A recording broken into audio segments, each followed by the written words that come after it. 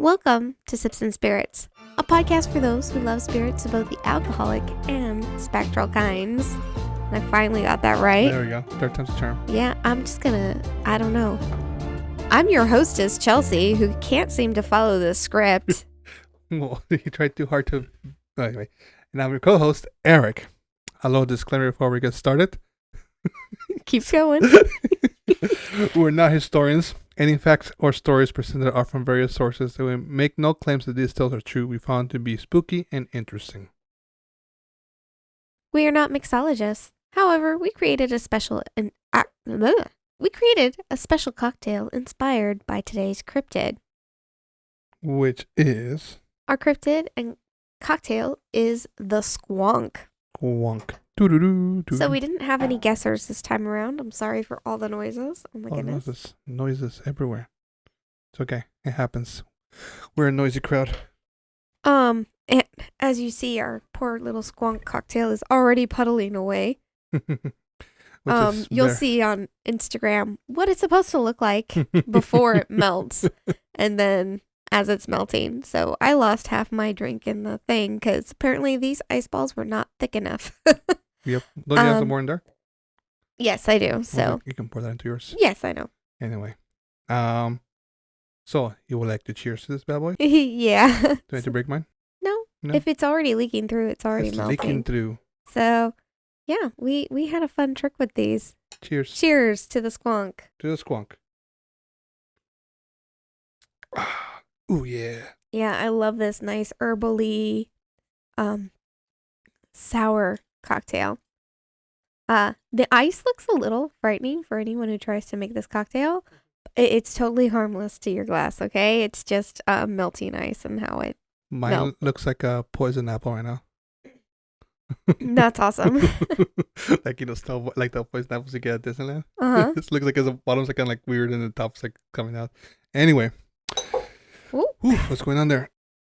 Hauntings behind the bar. What is going on with us? There's a hole in the bottom of this thing. What's been happening? Yeah, that's why I lost half my cocktail here. Mm-hmm. We did some surgeries. That's why we have a syringe now. Some cocktail surgeries. Yeah, so this cocktail doesn't actually, it seems really complicated because of the fancy presentation, but it's actually not. You just need a ice ball. Mold. Mold, we'll and get to then that in a bit. Syringe. Yeah, and we'll go into that in more details.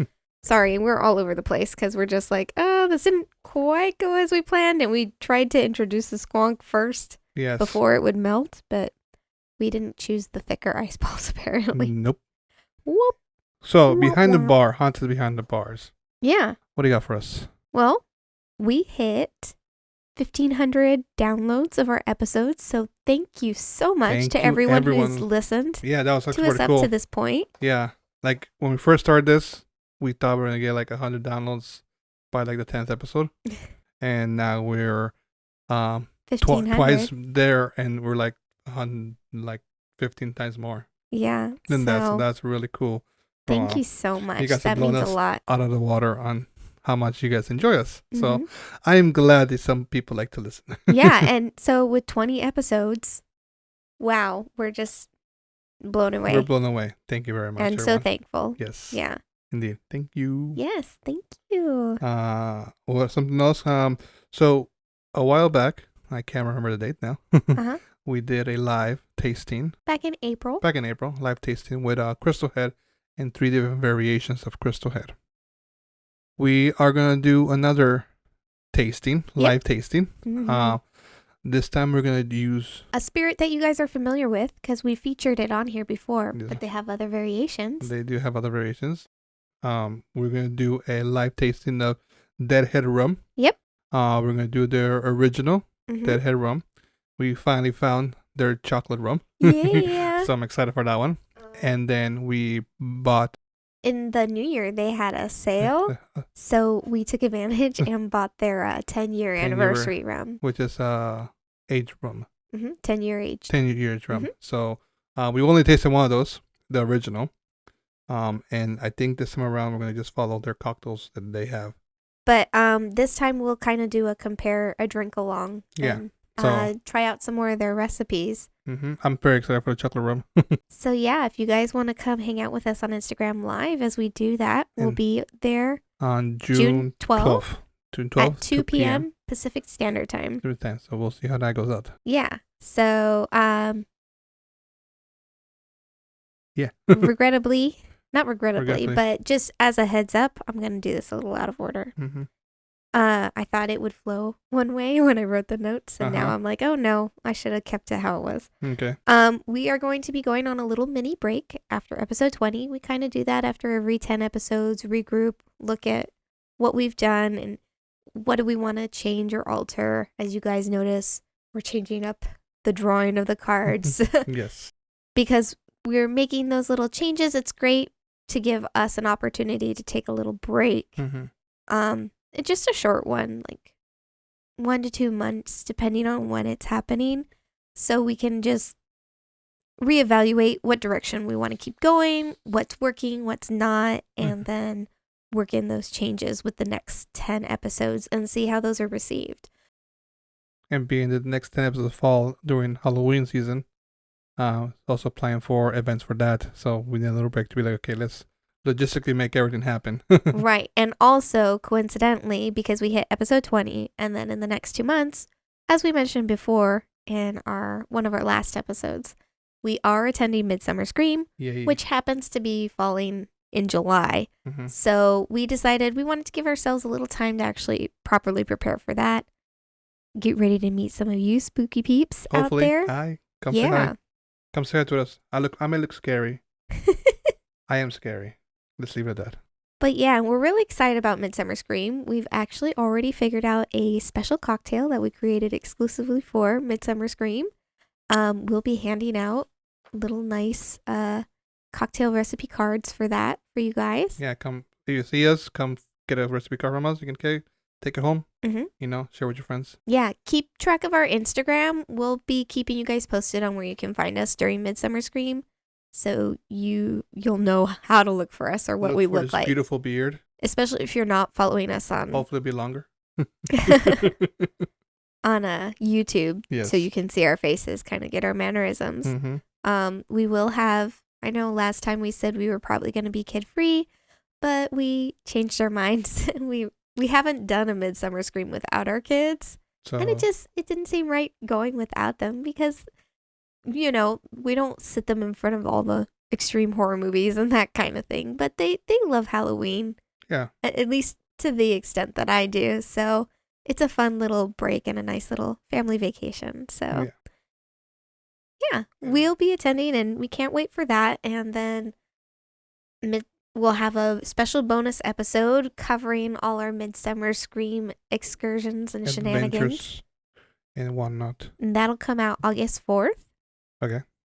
And then following that, we'll resume episodes. So episode 21 will drop August 18th. Episode 21. Yeah. Our podcast is legally able to drink soon. Yeah, we'll be returning from our break legally able to drink. There we go.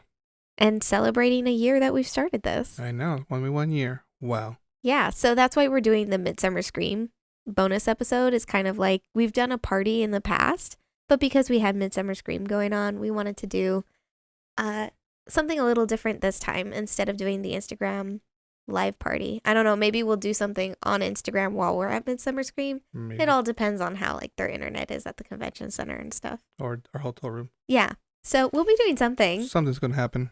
Yeah, we have some plans. We're excited about the little goodies. The recipe for the cocktail. The cocktail's so beautiful and so tasty. It tastes like Halloween. There we go. It's pretty much Halloween in the glass. Yeah.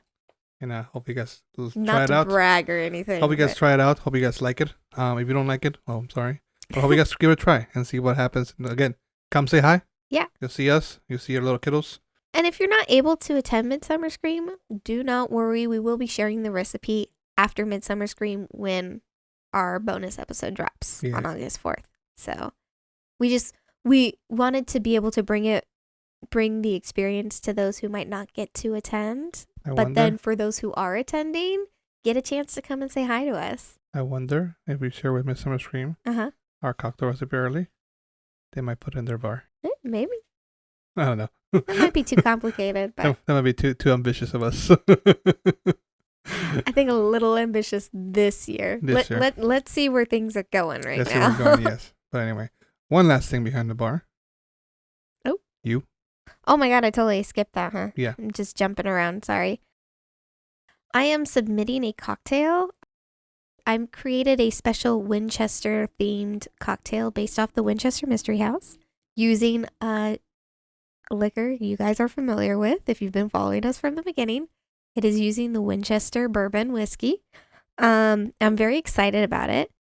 I was actually asked if I'd be interested in submitting a cocktail, and so you guys should keep an eye out for that. The journal is called The Feminine Macabre, and my cocktail should be featured in Volume 4. They have 3 volumes out right now. I believe Volume 4 is due to release in late August. Mm-hmm. So you guys should check it out. It's a great little journal featuring women of the paranormal aspect in the paranormal research field. There we go. I was like, what's it called? So they feature tarot spreads, encounter experiences, knowledge from what they've gained, favorite haunted places, that kind of thing. So if that's like up your alley, definitely give it a check. Check it out. There's a lot of people I know who have participated in previous volumes, and all the people are really great, and it's fun to support other spooky people in this fun little haunted community that we're a part of. And yeah, so definitely give it a check. Give it a check. I did it again. Check it out. Check Why them out. can't I have too scatterbrained now? I'm so sorry. You're so excited for the last episode, but also I know. I'm like excited for the break, but then also like a little sad we're going on a break because it's just so nice to kind of check in with you guys every other week. Anyway, so I think that's it for what's haunting behind the bar. Yeah. Yep. We gotta get our ghost traps out there to get these haunts out of there. What? Get some ghost traps back out there to get some haunts out of there. But yeah, so we're really excited. Or at least I'm really excited for Midsummer Scream. Maybe you're not. But. I am moderately. I'm excited to meet my very new best friend, Mitch Monster. I'm so excited to go hang out with her. You went from not friends to like now she's my super best friend. Hi, Mitch. Super besties. Yeah, we're excited to meet all our we're excited spooky friends. Spooky friends, and hopefully get to meet some of you guys out there. Yeah. You know, we've met like a few people who have liked us or heard of us, and we're like, oh, cool, nice to meet you, kind of thing. And now we're excited to meet more of you guys out there. Yeah, don't be shy. Like, we won't know who you are if you don't reach out. Yeah. So, kind of thing. And trust me, I have struggled with that myself, going to an event. Thankfully, this guy pushes me forward. Like, I'll never forget meeting Nancy Nightmare and the Wiz at the very first Midsummer Scream we attended. Yep. And yeah, was like, oh my God, it's them. But I don't want to go up to them and be really weird. Do it. He was like, just do it. He practically pushed me over there. Yep. And yeah, now we got some super awesome friends. There we go. That's some cool friends to hang out with. But yeah, so we get that it takes some courage. We got friends on the other side. I feel like we need to have like maybe that'll make it easier for you guys. We have like a secret password. Like, you see us, just come up and say those words, and then we'll jump in there for you. Say welcome to Sips Spirits. I don't know. We'll figure something out. But anyway, so moving on. Yeah. Once again, for the 5th time in a row, these cards come from Classic Cryptids, decks from Afterlife Comics Plus from the UK. Cool box, cool cards. Every time I look at the box, I see something new. I'm like, oh, look at that. And whatnot. So that's very neat. And whatnot. And today, I sound really off. There we go. Yeah, right? Today, we are going to dive into the Squonk. Unfortunately, I read this card last episode, and I wasn't supposed to. It's okay. So I'm going to read it again. Yeah. You guys can hear my lovely reading voice one more time. Yeah, in case you're only watching the Cryptid episodes, so maybe they didn't hear you read it. So, Squonk. The Squonk can be found in the hemlock forest of northern Pennsylvania in the USA. The Squonk is covered with warts and other blemishes, and because it is ashamed of its appearance, it hides from plain sight and spends much of his time weeping. The sad, sad little creature. It's so sad. The sad, sad little creature. It looks like a pug with a rat's tail. That is almost exactly what you said in the last episode. Yeah. I every time I look at him, like, it looks like a pug. It just looks so sad. A smashed face. Sad. But yeah. Lovely. The Squonk. Lovely creature. Compared to our other creatures, I'm curious about something. Fear factor 8. Oh, some of these factor, never mind. The skill's like close to like 100 or something. At least from the other creatures, the Squonk has more strength than the Calipoluit. Okay. But it's the least fearful of them all. Okay, so it's not a scary cryptid, guys. It's just a very sad and depressing These are the stats they have here. Is like, okay, they have fear factor, strength, stealth, deadliness, and then mythos. One day we are going to have to do an episode where we're trying to play this game. Trying to play the game. Do we have the rule books? The rules book here? Yeah, the rules book here. Yes. Again, I notice new things to card every time. Mm-hmm. Have I tried this cocktail yet? I have tried it. Oh my god, I drank them. I mean, we worked on putting it together. And why not? But yeah. So, right. So let's talk about the cocktail. Let's talk about this. While we're enjoying it. I mean, I love it. First of all, I'm jumping around again. Just follow your notes, Chelsea. Yes. What is up with me tonight? You're just going all over the place. I'm still recovering from my cold. I'm going to blame it on that, okay? Blame it on that. You have cold brain. Yeah. So if you are interested in making this cocktail, I actually feel like I included the ingredients, like the food ingredients, but you do need a couple tools for this one.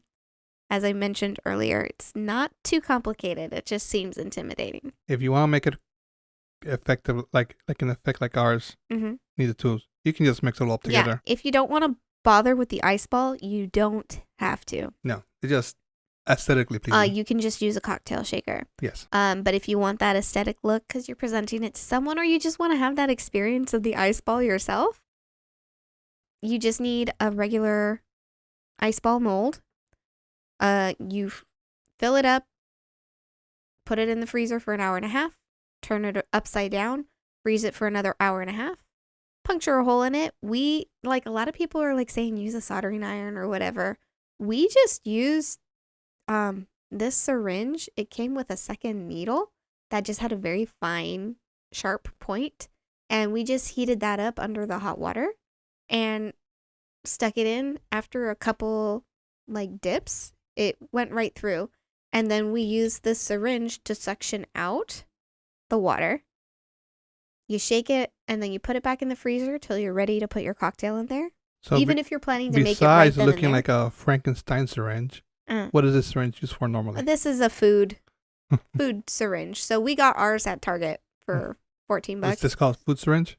Yeah, it's just a food syringe. Okay, because it looks like some. I know it does. It looks very intimidating. It's like those like old school, like you find in like some asylum, right? They do like lobotomy. Hey, with look, it. We got a Halloween prop now. It looks like a lobotomy syringe. Like you put up your eye. No, but yeah, you can just find it in the food supply section. I just did the order pickup on Target, but yeah, just type in food syringe. You could even find it on any place that sells cooking tools. If you want us to like link you guys the exact one we got, we can share it with. Yeah, we're happy to share it, but you can find them anywhere. We were just in a bind, so we picked ours up from Target to try and get this episode done. And it's worked fantastically for us. Yeah, I'm like, what else can we use this for? I know, right?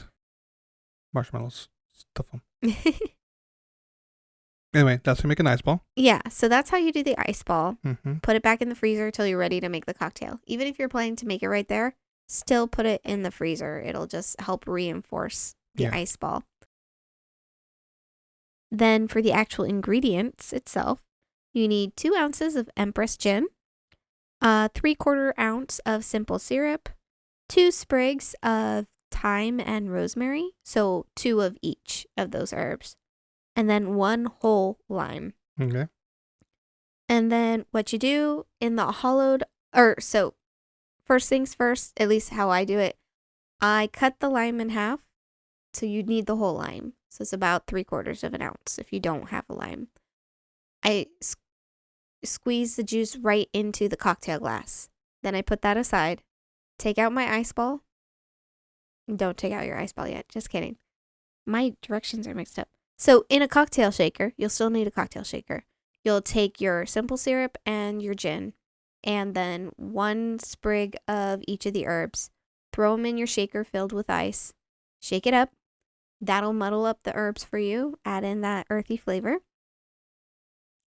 And then you take out your ice ball. Get your food syringe.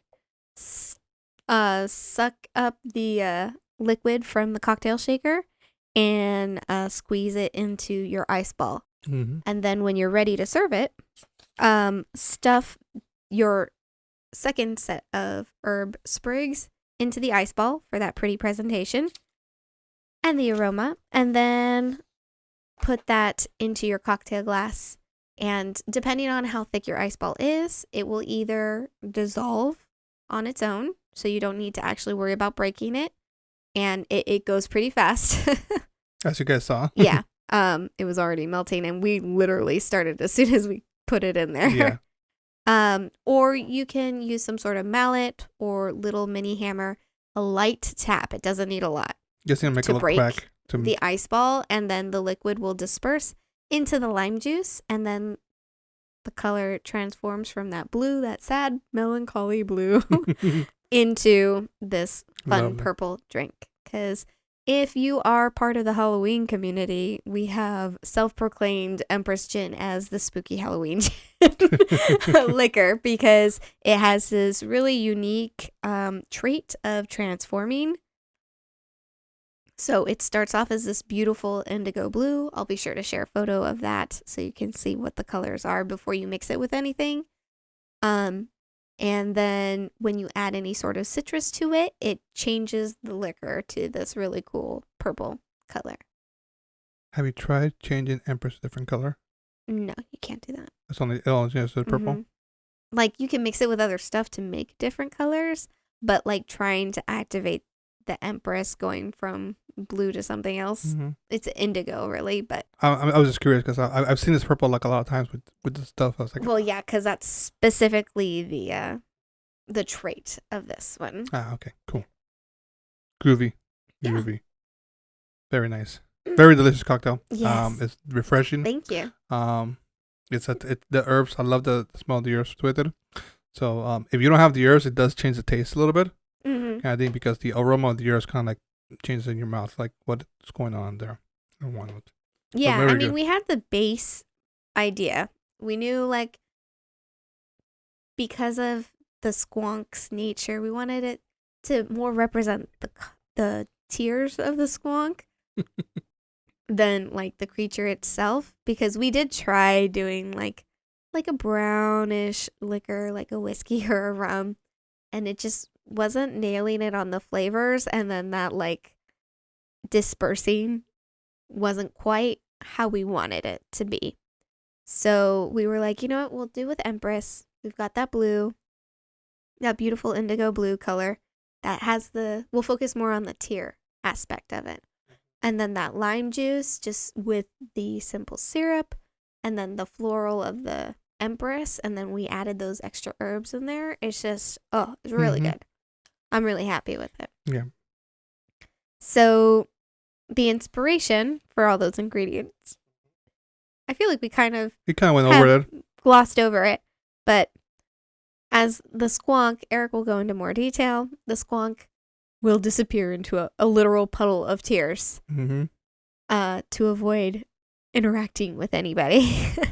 So we kind of played with that idea and chose Empress, turning from that blue to that purple, almost like vanishing like a purple vapor. There we go. So Empress is the queen of transformative liquors, at least as far as we know.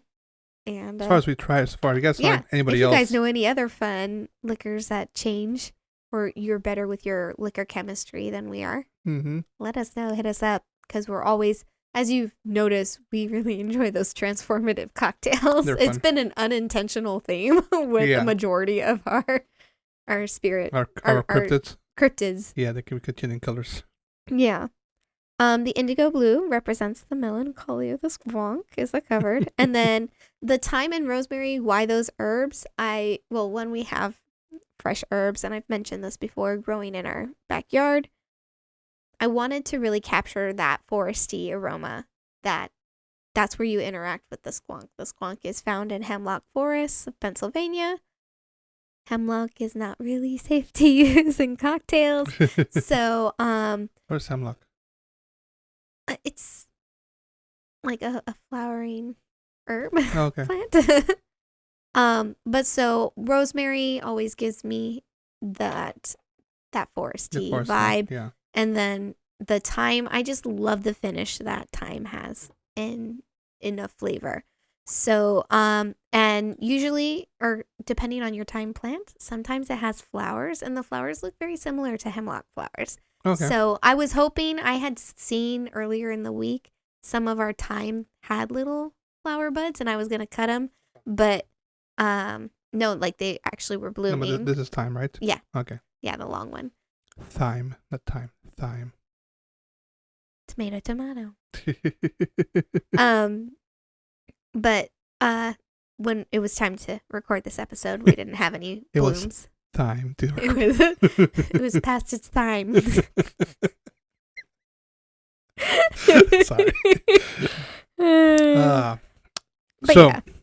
I'm gonna start tasting myself first because I'm not a gin drinker. Mm-hmm. Not because I don't like gin. It's just I normally don't go after it. We covered this in McQueen in the Violet Fog. Yeah. Gin is a more subtle liquor. Yeah. And you prefer a liquor with a lot more oomph. A little more bite to it, kind of thing. But this, I really do love, like I mentioned earlier, the smell of the herbs with it. Because I just like that combination with rosemary and thyme. The smell of it is not overpowering, but it's still like, it gives me that earthy, like you said, forest smell. The lime, perfect on this cocktail. Like you get you get it at first and you get it at the end. And then in the middle, you have the Empress gin. Well, and usually with the Empress, when I make Empress cocktails, I'm always making it with lemon. Mm-hmm. So doing the lime was such a nice twist. It's really good. And it brings a new level to the Empress gin. You know, it's definitely a refreshing cocktail. Because of the whole ice ball thing is making it cold. The lime makes it, kind of like, very enjoyable to just like sip around, like, places kind of thing. Yeah, I mean, if you wanted to chill your glass, you could. I would, if you skip the ice ball process, chill your glass for sure. Yeah. But if you are wanting that presentation, you don't need to chill your glass, because by the time you chill your glass and then all those steps from putting the lime juice in to filling the ice ball, your glass will already be room temperature. Yeah, pretty much. It happens that way. Unless you have it all juiced out already. Yeah. Yeah, boom, boom, boom, boom. Right. You just make an assembly line. Yeah. And whatnot. But no, overall, I think it's a very good cocktail. Definitely something like, if I were to see great moving into the summer. Spring to summer transition. Yeah, definitely like a good transitioning. Like great for like, we mentioned before drinking around the pool, just drinking around like, at a picnic. If they allow alcohol at your picnic. Kind of thing. Like looks really pretty. Mm-hmm. So if you're having some, and whatnot, it's just the whole thing with the ice ball. It's kind of like you have to be inside for that. Yeah. Or you just make the ice balls a little thicker. Mm-hmm. And whatnot. So. But yeah. Yeah. I mean, anything else you want to add on the tasty notes? It's very refreshing. It's a little tardy because it's more tardy on the lime, but it's not like sour, like. It's not pucker your lips sour. Yeah, it's like enjoyable kind of thing. It's very light lime. But the sour flavor was intentional too for the squonk. He's sour sad, puss. But he's also like a little sour about how his appearance is. So poor little squonk. I wanted this to invoke some tears, possibly. Cry. Potentially. Cry for the squonk. So yeah. I know that the simple syrup might seem like a lot, 3/4 of an ounce. It does add up. But it does help offset the acidity of the lime. Yeah. So I really wouldn't recommend going less than that 3/4. Even if you feel like it's too sour for you, you could go up to an ounce. Mm-hmm. Try not to overdo it on the simple syrup. But I feel like doing half an ounce, because I even experimented with that. It wasn't quite enough. Yeah. Yeah. Kind of thing. Cool.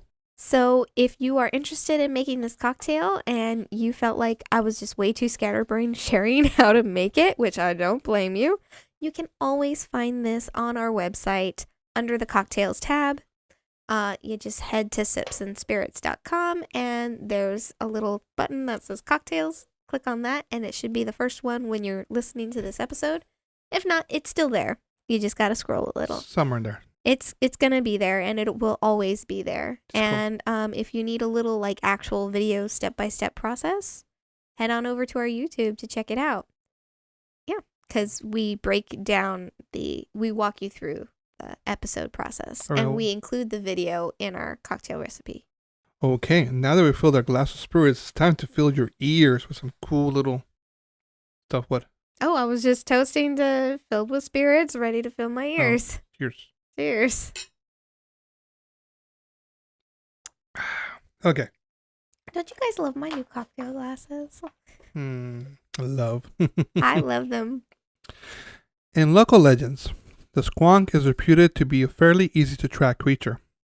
One simply has to follow the sounds of their sobs and tears through the trail that they leave to the forest. They're most easily tracked on nights with full moon, as their tears will leave a glistening trail on the ground. Squonk hunters will find greater success on frosty moonlight nights as they dislike moving about and can often be heard weeping under the boughs of hemlock trees. To capture one is far greater challenge, as squonks literally dissolve into puddle of tears and bubbles when they greatly distressed, cornered, frightened, or surprised. You're so sad. How? Okay, first of all, squonk hunters. Squonk hunters. Second of all, how exactly? And I was like, oh man, I didn't know about the bubbles thing. I feel like a little champagne on top of this. You went to champagne lately.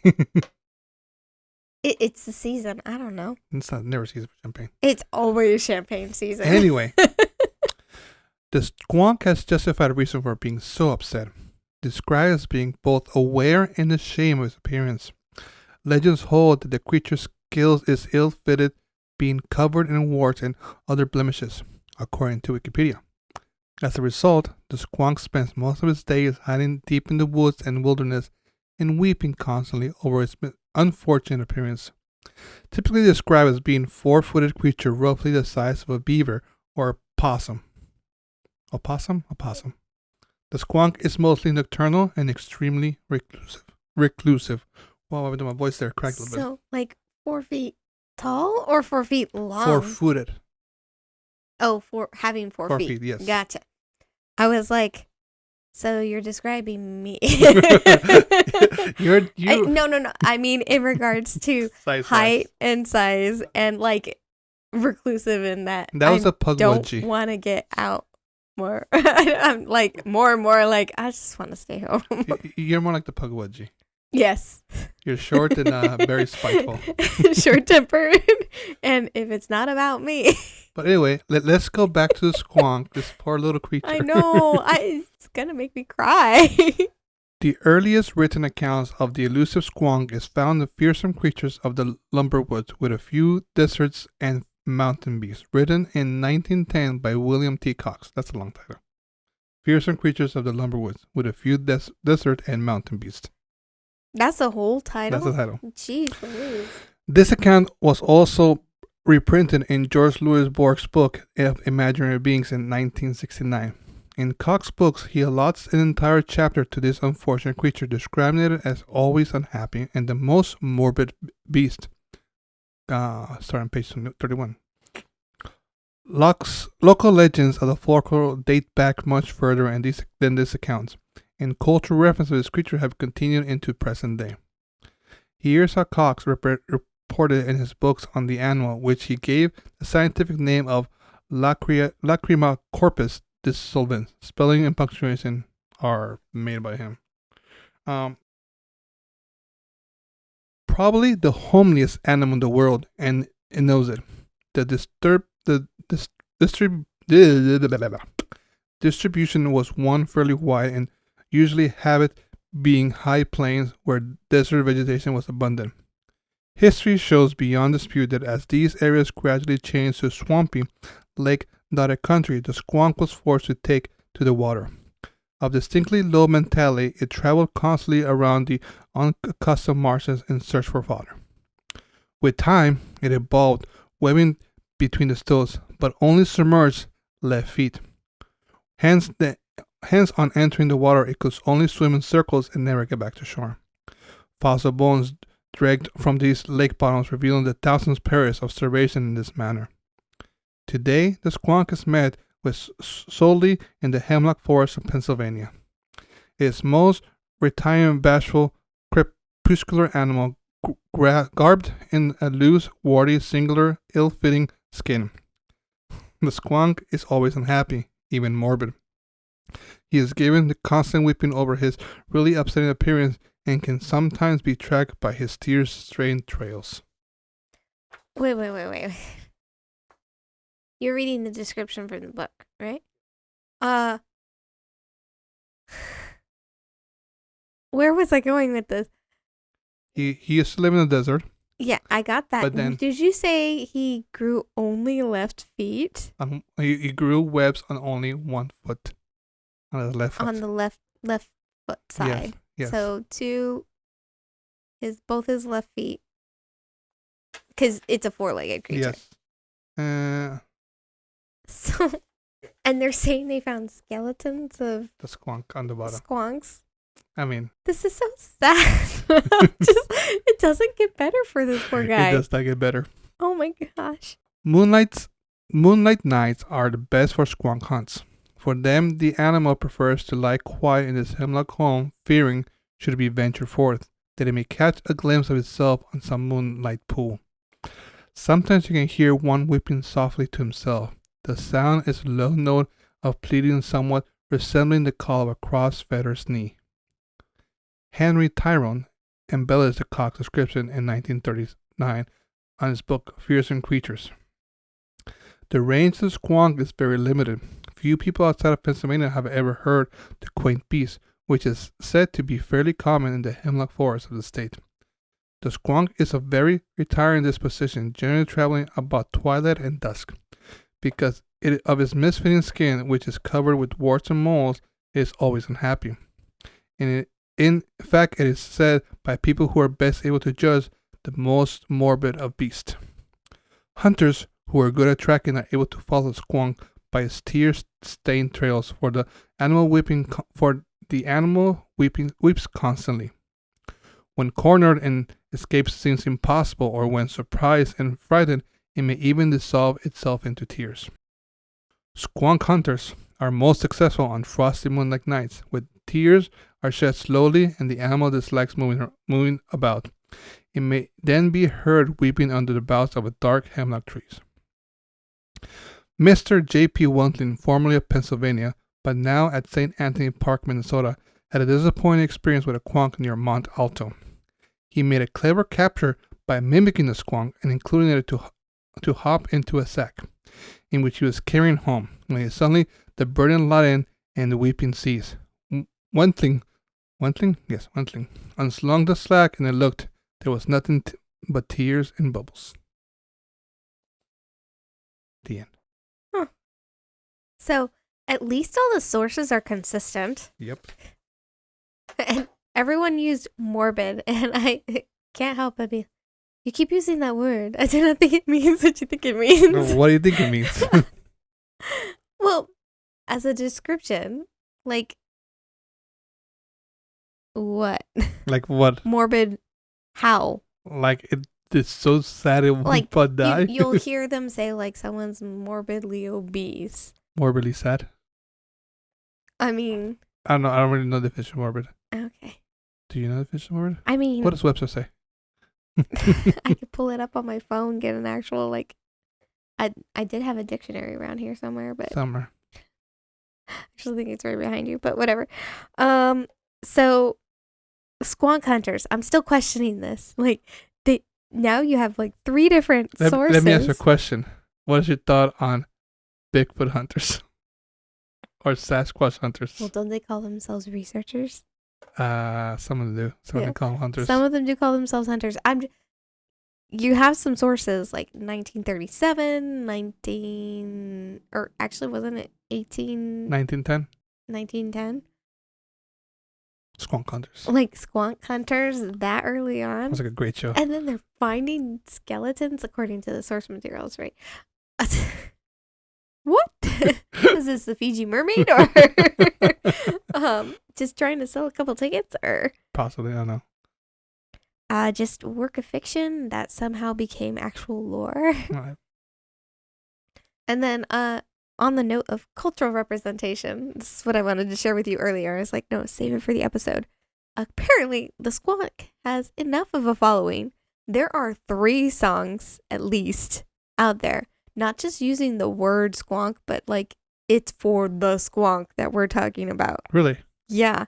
I just looked up curiosity-wise for Instagram. I was going to put it with our like work in progress photo when I shared it in my stories. I just typed squonk and it pulled up 3 different songs. Wow. In addition to other stuff. And I was like, what the heck? And I listened to them and it's like, no, they're actually talking about the squonk. I gotta give them a listen then. I was like, what? So if you guys want to hear this in a song format, we'll include, search up squonk. we'll include some songs in there, not show notes, so you guys can like click on them and be like, what's going on here? Yeah, I thought that was really like, what are the chances? So I was thinking about this earlier today, with the idea of the squonk and whatnot. When we covered the Kalapalooic earlier, we talked about how sometimes cryptids or spooky stories are told to prevent kids from doing something, kind of thing. Oh, that's a warning. Cautionary tale, cautionary right? tale kind of thing. Don't go out to the ice because the Kalapalooic will get you, kind of thing. Well, yeah, they use a Kalapalooic, but it's probably more for like safety. The ice is unsafe. Yeah. So I was thinking about it, and with our last 2 cryptids, the Pukwudgie and this one, and the squonk, I was like, what is the moral of the squonk?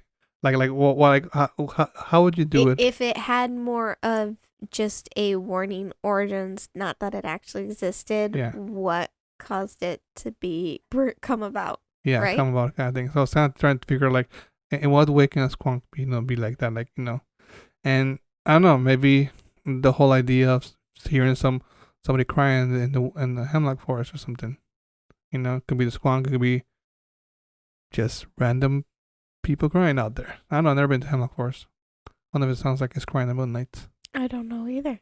I have also never been to a hemlock Pennsylvania. forest. I'd love to go to Pennsylvania. Well, we gotta do a East Coast road trip because we got 2 cryptids out there now. we gotta get that Pukwudgie sign or take a picture of that. Not take it, but take a picture of it. And then check out this one back there. But so I was trying to figure like, I wonder if there's like a squonk sign somewhere. Maybe, but I was trying to figure like in what kind of sense would you have a cryptid?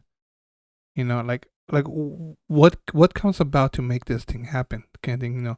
Do you hear some weeping in the forest and start like to be like, okay, I'm gonna follow the sound, and then you get to something. Do you think that's what it is? But it's like you can't tell what it looks like. This wrinkle-looking pug kind of thing, or like maybe some like injured creature. That it's just like been mauled or something. So just, you can hear sweeping. It's like, okay, well, this I don't recognize what it looks like, kind of thing. You can't like dissect it right then. They'll be like, oh, let's take a blood sample and find out it's deer or something.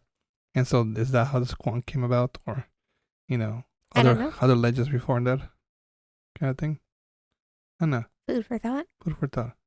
Can maybe go. But yeah, no, very sad little thing. I feel bad for it. Me too. Kind of thing. But yeah. Yeah. That's a squonk. That's a squonk. That's a squonk. Pretty straightforward. Not too many varieties or. No, pretty much the same thing all over and over again. It's just it's sad. It's ugly. It's sad. It's ugly, and it knows it. Yeah. They say beauty is in the eye of the beholder, and this beholder is like, nope, I'm ugly. He can't find any redeeming quality about himself. No. And that's kind of funny. But sad. Yeah. All right. So, dun dun dun. Dun dun dun dun. Usually, we do Dr. Seuss. Spooky Dr. Seuss, creepy Dr. Seuss. Mm-hmm. Or cryptid Guess Who, but we are changing it up a little. Just because we're taking a little break. So we will have your spooky Dr. Seuss in our Midsummer Scream bonus episode. Okay. So we'll do that one for episode 22. Yep. So then when episode 21 comes out, we can share that because we're doing a little special thing to pull up our next 5 cryptids. Yeah. Spanish. And then some. And then some. We'll see what happens. How many pull out? So we will instead at Midsummer Scream, we will have a little, lack of better words, a little goblet that you'll be able to pull out if you run into us and you're open to us recording you read the Would You Rather. We'll have different Would You Rathers from our previous episodes that you can answer, and then we'll throw it into our episode. Yes, so here's another motivation to come and find us. If you guys want to be showing up in our episode, and of course give us your handles when we're there, any Instagram or social media you want us to share with you, about you, not with you. I'm going to share your handle with yourself. Share your handle with our lovely listeners. The rest of our audience kind of thing. Come find us, pull up a Would You Rather, hopefully give us an answer. Don't just pull and walk away. No, talk to us a little bit. Give us your 2 cents and whatnot, and then you will be included in our Midsummer Scream episode, which will be a lot of mishmash of figuring out what. Yeah, it'll be a lot of fun. It'll be a little different from our normal formats. Yes. So don't expect whatever. It'll probably be more like episode 0 was. Yes, just a bunch of running around circles. Yeah. So we'll probably do a little. We'll introduce our cocktail. We'll do a little coverage on the event. Maybe do an exchanging with some of our spooky friends that you guys may be familiar with. And then throw in our Would You Rathers. Yeah. And why not? It should be fun. Yeah. Should be very fun. And one up. So yeah, no cryptid Guess Who this time. No. Just you'll see a little announcement that we will be returning August 18th for episode 21. So sad. Don't miss us too much. But yeah, and again, if you're looking forward to the Midsummer Scream episode, because you know you won't be there, you'll be able to listen to it on August 4th. August 4th. Hopefully we get it done by then. Yes. That is the goal. That is the goal. Mm-hmm. That is the goal. Hopefully everything plays out right. Be an editing life and things. Editing mad woman. We'll see how it goes. Following Midsummer Scream. Kind of thing. But anyway, you ready for wrap this up? Yeah, I'm ready for last call. Okay. Thanks for sipping along with us. We want to keep the spirits flowing, so please be sure to show your support by reviewing and subscribing to our podcast. If you enjoy the show, be sure to share it with others. Be sure to tell us what you think. If you meet us in person, tell us what you think. Tell us what your favorite episode is. Tell us something. I don't care. Tell us that you don't like the way that I don't match the way Chelsea dresses all the time. Oh, except for today. Today's the only time we match. My most casual, wearing my pajamas because we're going to rest. Going to sleep. Rest for a couple months. We're not sleeping. We're not really resting for a couple months. We're doing other stuff. And we'll probably be editing episodes or recording episodes at least. Yes, kind of thing. And whatnot. But yeah, come say hi. Come share us around. Tell your friends. Tell your families. Tell your coworkers. Come say hi. Mm-hmm. Indeed. And if you aren't already, you can find us on our website, sipsandspirits.com. That will always have all the information you need. Always. Our contact information, where you can find us on socials, our episode show notes, the in-depth version. I keep it really simple on the descriptions for the podcasts. Descriptions on whatever podcast platform you're listening to. But on the website, I get to really go crazy with the show notes. The show notes also link to the audio version of the episode as well as the YouTube version of the episode and the cocktail for each episode, because we do make a little video showing you how we mixed it up. Yes. So yeah, and then it links to the recipes and whatnot. So we keep all that fun information there on our show notes, just as a quick, easy to find reference point. Mm-hmm. And then we link it in our episode description on our platforms. There we go. So we are available on all podcast hosts. You name it, we're there. Sweet. And if you prefer a more visual podcast experience, we do have a YouTube where we share this and you see our lovely faces and our silly reactions that you might not pick up on while we're making faces. And there's those weird silences, and you're like, what's going on? You can watch our YouTube. We're also, again, we'll probably have a couple different videos for Midsummer Scream going up on there.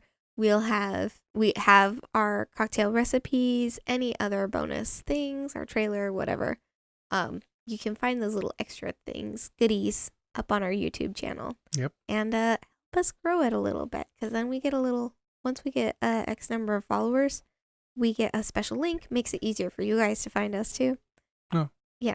So otherwise, right now we have like the default like YWHNZ, so whatever. Oh, okay. Yeah. I know what I was thinking. We're trying to I'm trying to, not doing great about it, but trying to help our YouTube grow a little bit. There you go. Try and get those custom links and things. And yeah, the more official our channels become, a little bit more that we can do and set up for you guys, because unfortunately a lot of social platforms they base what you have access to based off of your numbers, your audience numbers, and that's not what we care about. But we care about you guys. It's fun to get those little fun extra features to share with you guys. Exactly. So otherwise, you can hang out with us on social media, Instagram, Twitter, Facebook. Yeah, come and find us. Again, just like our website, Sips and Spirits.com. Well, no .com for the socials. No. But our website, yes, is sipsandspirits.com. So, and that's it for me. That's it. Well, we hope to catch up more next time. Cheers.